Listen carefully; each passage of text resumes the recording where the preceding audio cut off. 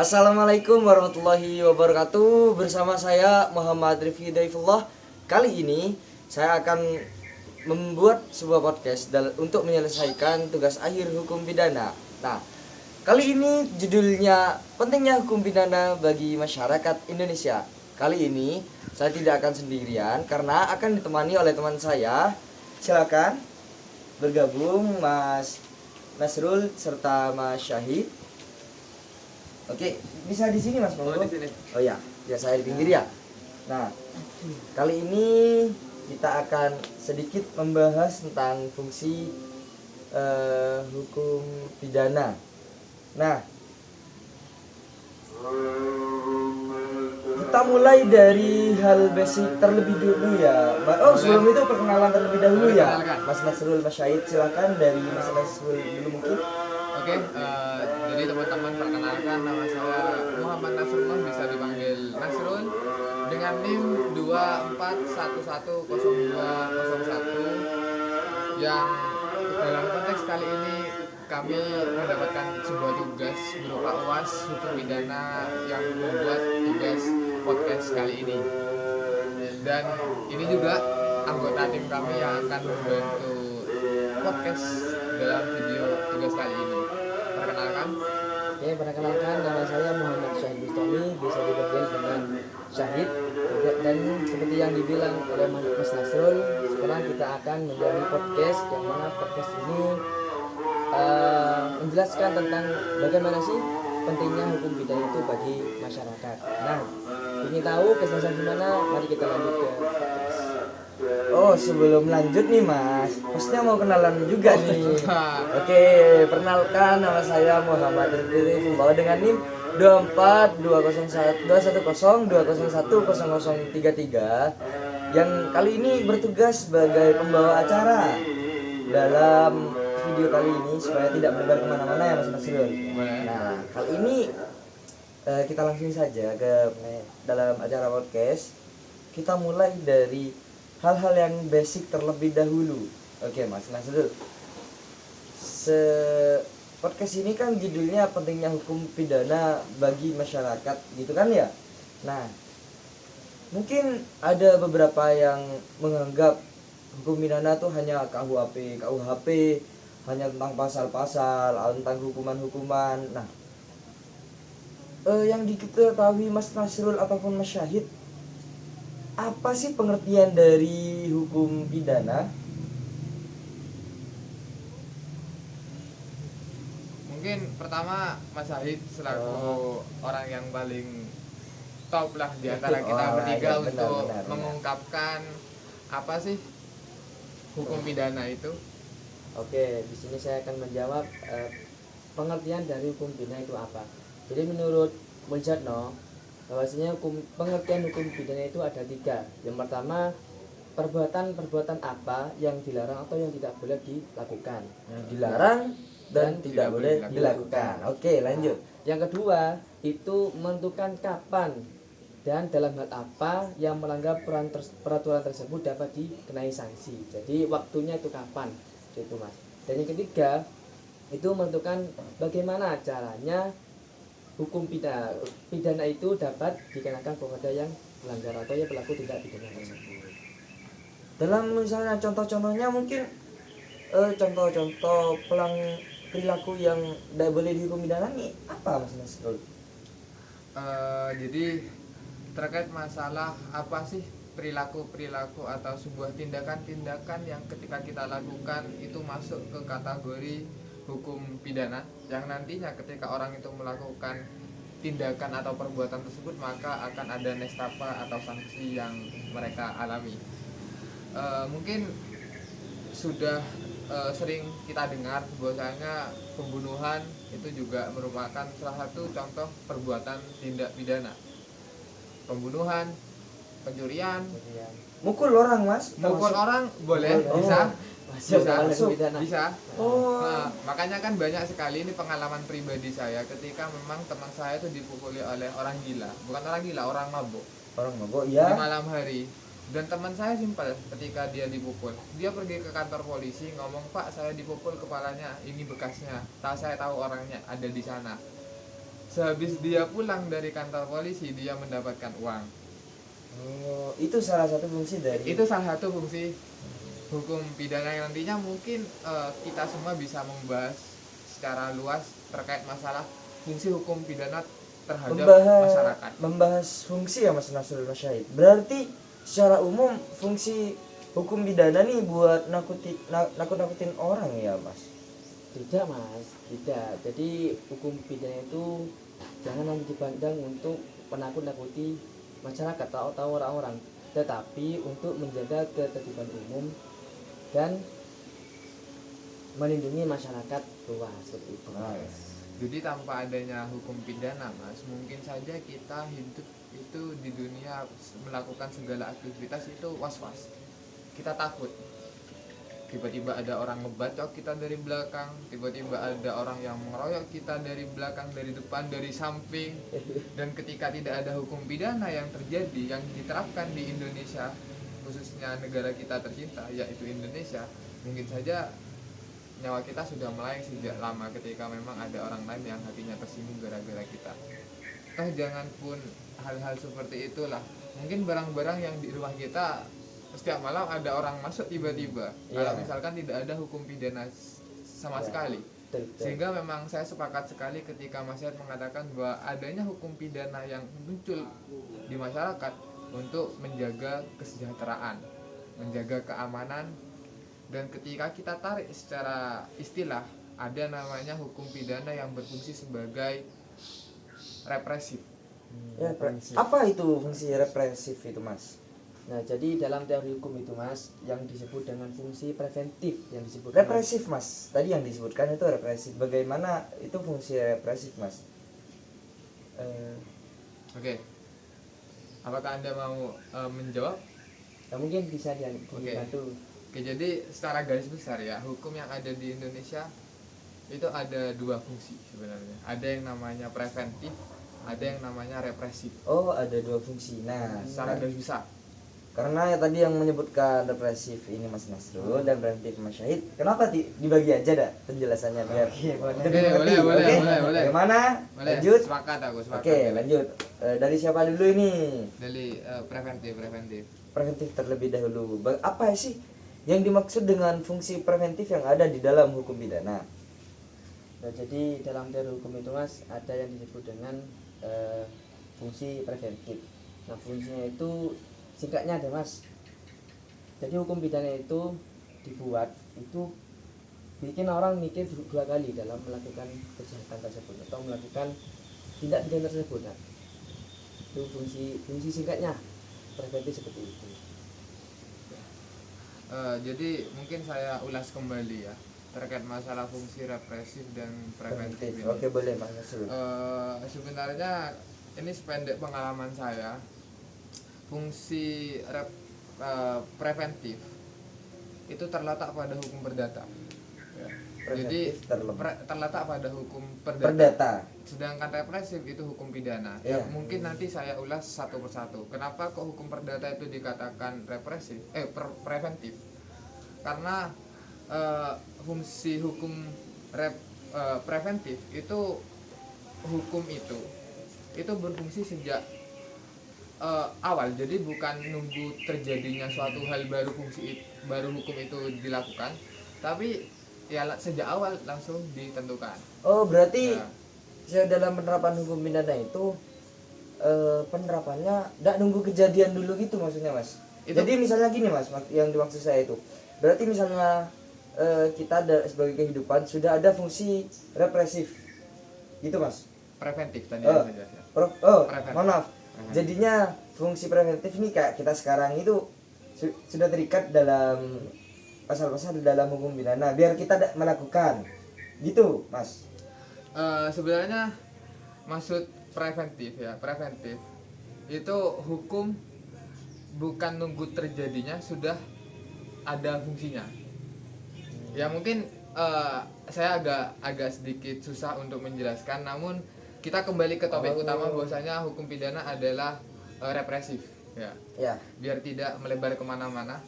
Jadi mengapa kok hukum pidana itu dikatakan represif? Karena adanya hukum pidana ya, keberlakuan hukum pidana itu setelah orang melakukan tindak pidana. Ya, jadi ketika orang itu mencuri, maka setelah dia mencuri, hukum pidana masuk di sana. Oh, Ya, paham. jadi hukum pidana tidak berlaku setelah orang tidak melakukan tindak pidana. Hukum pidana berlaku ketika ada orang yang melakukan tindak pidana terlebih dahulu, melakukan pencurian terlebih dahulu, melakukan pembunuhan terlebih dahulu. Lalu setelah kejadian-kejadian itu muncul, hukum pidana masuk di sana. Akhirnya ada saksi-saksi yang nantinya ditetapkan oleh hakim. Dan dalam penerapan itu nanti ada yang namanya KUHP kan. Ya. Ya nantinya Oh, mungkin KUHP. mungkin bisa kita ulas lebih dalam lagi. Oke, Lanjut. lanjut. Sebetulnya ini saya punya pertanyaan ya Mas, tapi karena Mas Nasrul barusan menyinggung tentang KUHP, mungkin bisa sedikit dijelaskan apa itu KUHP Mas? Karena sedikit menyinggung dan saya kebetulan tertarik dengan pembahasan KUHP ini Mas. Mungkin Mas Syahid terlebih dahulu bisa menjelaskan apa itu KUHP? Oh, langsung Mas Nasrul. Oke. Jadi terkait masalah hukum ya. Hukum itu tidak lepas dari yang namanya sumber-sumber hukum. Ya kan? Tidak ada suatu hukum yang tidak memiliki sumber-sumber hukum.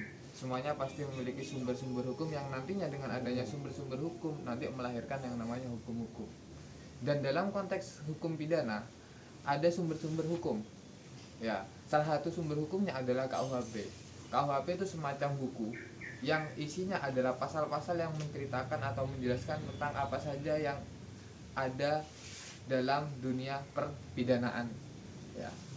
Ketika penjara sanksinya berapa, macam-macam hewan yang dicuri apa saja, bagaimana cara pengeksekusian orang yang dipidana mati, dan semua hal yang berkaitan dengan pidana itu terletak pada hukum KUHP. Walaupun sumber hukum pidana bukan hanya terdiri dari KUHP sendiri, ada 3 jumlahnya. Yang mungkin Mas Syahid bisa jelaskan apa saja itu yang 3?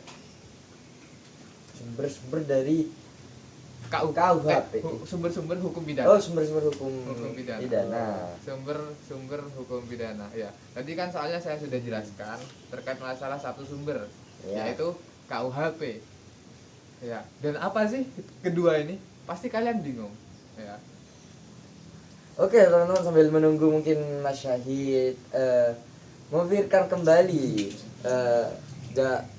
sumber-sumber dari hukum pidana. Nah, jadi hukum pidana merupakan sebuah aturan yang dimana mengatur perilaku masyarakat dalam upaya menjaga ketertiban dan keamanan masyarakat. Dimana karena memang manusia merupakan makhluk yang bersosial ya Mas Nasrul. Ya, makhluk sosial. Sehingga perilaku manusia tersebut tidak sewenang-wenang atau sesuai kehendak mereka sendiri. Tidak seenaknya sendiri. Nah, KUHP itu bisa untuk mengatur ataupun membatasi perilaku-perilaku atau perbuatan-perbuatan dari manusia supaya tidak merugikan orang lain. Oke, kembali lagi ke dalam topik Mas Syahid. Sumber-sumber dari hukum pidana itu yang kata masalah Nasrul tadi ada 3. Mungkin bisa disebutkan apa saja Mas Syahid? Oke, dari singkatannya dulu ya, KUHP itu kan singkatan dari Kitab Undang-Undang Hukum Pidana. Nah, jadi dalam KUHP itu kan ada 2, yang mana ada 2 sumber. Yang pertama itu kan sumber yang tertulis dan juga yang tertulis. Dari yang kedua ini juga baru yang disebutkan dari Mas Hasil itu kan ada 3. Nah, ya ada KUHP, ada undang-undang khusus dan juga undang-undang 1945. Dan juga yang dari tidak tertulis ada jurisprudensi, ada hukum adat dan juga doktrin.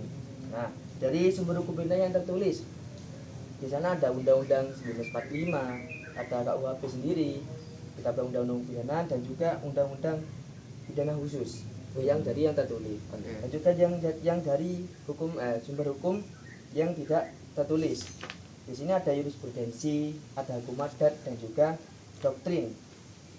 Di sini juga ada tambahannya, yaitu kebiasaan ada, dan doktrin atau sumber hukum pidana internasional.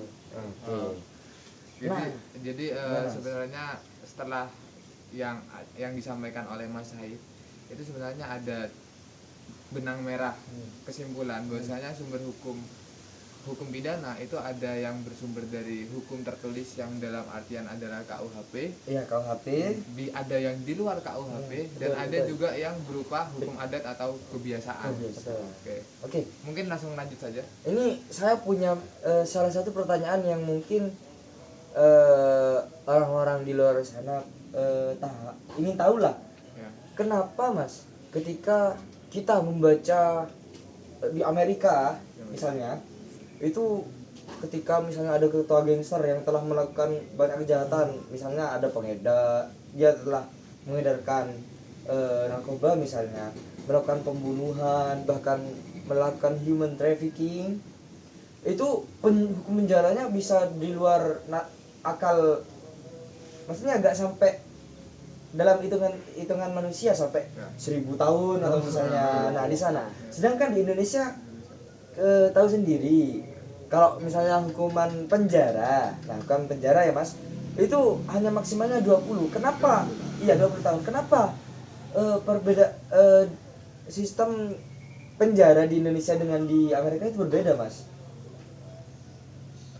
Mungkin sebenarnya perbedaan terkait masalah penerapan hukum itu memang lumrah sekali terjadi,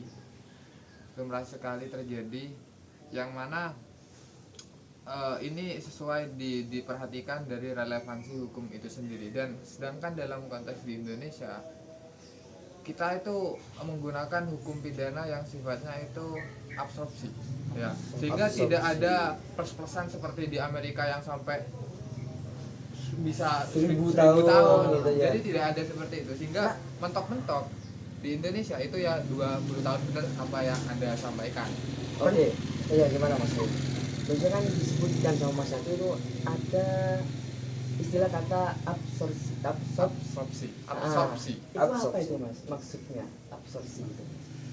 Jadi simpelnya ya, konsep absorpsi yang ada di Indonesia itu bisa diterapkan ketika tindak pidana itu dilakukan, yang ada konsep yang namanya konkursus, ya.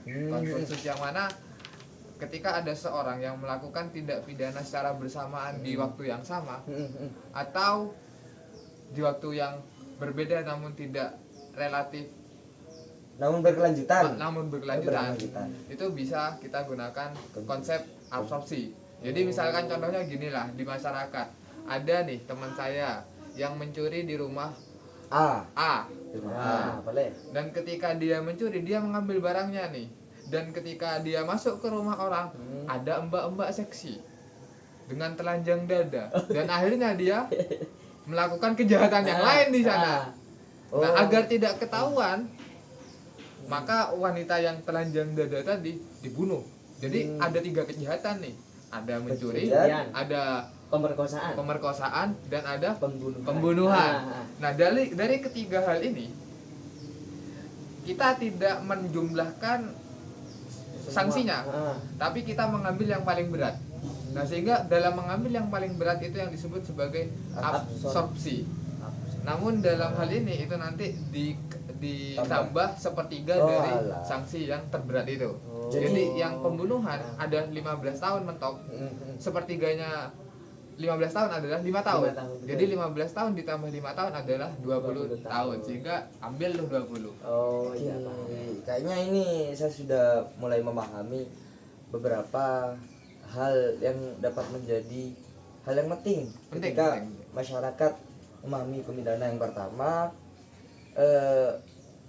adalah untuk melindungi dirinya sendiri. Betul, supaya tidak tiba-tiba terjerat hukum, tiba-tiba karena ketidaktahuannya dia ditarik hukum gitu ya. Yang kedua, untuk melindungi hak kemanusiaan di pelaku gitu ya, Mas? Betul, Mas. Sepakat. Karena di Indonesia menggunakan sistem absorpsi 20 tahun untuk kejahatan misalnya membunuh atau pembunuhan berantai misalnya ya Mas. Ya. Itu untuk melindungi juga si pelaku dari apa ya, tindakan sewenang-wenang dari pejabat betul. atau yang ingin membalas dendam lah. Jadinya semua diatur di sana. Selain itu juga dapat menambah wawasan bagi kita semua tentang bagaimana berlakunya hukum pidana di Indonesia. Oke, mungkin para hadirin cukup mungkin sekian yang dapat saya tanyakan kepada mas-masnya ini, karena kebetulan mas-masnya ini akan lanjut di podcast sebelah. Jadinya jika ada hal yang ingin ditanyakan silahkan tanya di kolom komentar. Jangan lupa like, share, dan subscribe. Dadah semuanya. Assalamualaikum warahmatullahi wabarakatuh.